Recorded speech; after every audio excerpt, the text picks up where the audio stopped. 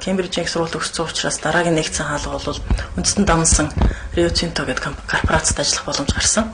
Тэгээд 96 оноос лээд 3 жил бас төслийн геологчоор ажилласан. Тухайн үед Rio Tinto бас Монголыг сонирхоод Монголд офисоо нээхээр төлөвлөж исэн. Тэгээд Монголыг тэгээ Оросын бас төслүүд нь ажилладаг геологчоор тэнд Англид бол ажиллаж исэн л да маш их өндөр түвшинд орчин үеийн техник технологи дээр геологийн судалгааны ажил явагддаг юм байна гэж бол ойлгосон. Тэгээд ер нь техник технологиос гадна байгаль орчны нөхөн сэргээх стандарттай хэм хэмжээ. За тэгээ аюулгүй ажиллагааны ч гэдэг юм ингээд нөгөө олон оронд үйл ажиллагаагаа явуулаад танигдсан компани өөрийнхөө нэр хүндийг бодоод тэр үйл ажиллагааныхаа хэм хэмжээ тэр стандартыг маш өндөрт барихыг хичээдэг юм байл л дээ.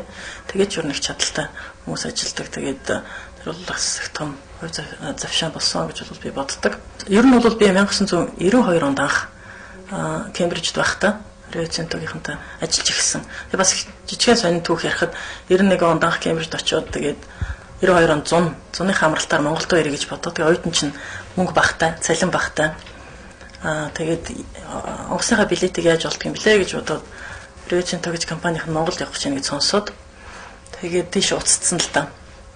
Би та нарт өнгөө орчуулга хийж өгье.